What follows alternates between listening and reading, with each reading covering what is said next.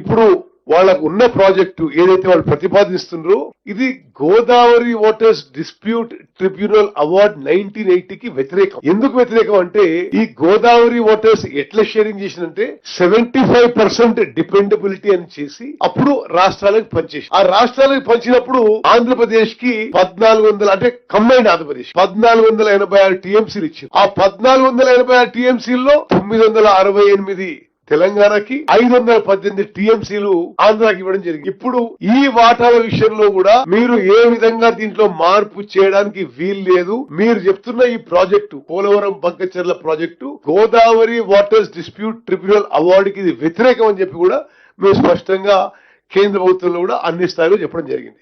మన ప్రతిపాదన మేరకే మినిస్ట్రీ ఆఫ్ ఎన్వైరన్మెంట్ మరి వాళ్ళ ప్రాజెక్ట్ ప్రపోజల్ కూడా నిన్న వెనక్కి పంపింది. మనం ఏం చెప్పినాం, వాళ్ళ ప్రపోజల్ ఇది గోదావరి వాటర్ డిస్ప్యూట్ ట్రిబ్యునల్ అవార్డుకి వ్యతిరేకం యాజ్ ఇట్ ఈస్ గా కేంద్ర ప్రభుత్వం మన వాదన అంటే మినిస్ట్రీ ఆఫ్ ఎన్వైరన్మెంట్ ఒప్పుకుంది. అదే విధంగా ఏపీ రియల్ యాక్ట్ వ్యతిరేకం ఇది ఆ వాదన కూడా ఒప్పుకొని ఆంధ్రప్రదేశ్ కి మీరు ఇది వెనక్కి తీసుకుపోయిన ప్రపోజల్ మళ్ళీ మీరు సిడబ్ల్యూసీ క్లియరెన్స్ చేసుకుని రండి అని చెప్పడం జరిగింది. వాటర్ అవైలబిలిటీ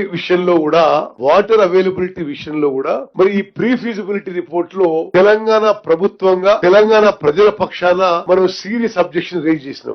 ఏ విధంగానైతే ఆంధ్రప్రదేశ్ ప్రభుత్వం ఈ పోలవరం బంకచెర్ల ప్రాజెక్ట్ లో నీటి అవైలబిలిటీ గురించి మాట్లాడిందో అది వాస్తవం కాదు. ఓన్లీ 75% డిపెండబిలిటీ మీద తీసుకోవాలి, ఫ్లడ్ వాటర్స్ మీద క్యాల్కులేట్ చేసుకొని తీసుకోవడానికి వీలు అని చెప్పి మన అబ్జెక్షన్ వాళ్ళకి ఫైల్ చేయడం జరిగింది. మనం అధికారంలో వచ్చిన తర్వాత చంద్రబాబు నాయుడు గారు pre feasibility report government of ఇండియాకి ఇస్తే గట్టిగా వ్యతిరేకించి నిన్న కేంద్ర ప్రభుత్వం నుంచి ఆ ప్రతిపాదన వెనక్కి పంపేచ్చిగా చేసింది మనం అని చెప్పే విషయం దయచేసి మీరు అందరూ కూడా ప్రజలకు తెలియజేయాలి.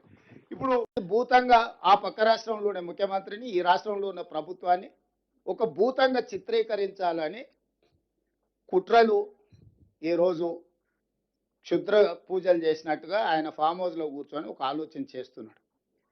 ఈ క్షుద్ర పూజలు చేసే ఫామ్ హౌస్ నాయకుడికి ఈరోజు ఇదొక్కటే జీవనాధారం అని ఆలోచన చేసి మనల్ని బదనాం చేయాలనుకుంటుండు.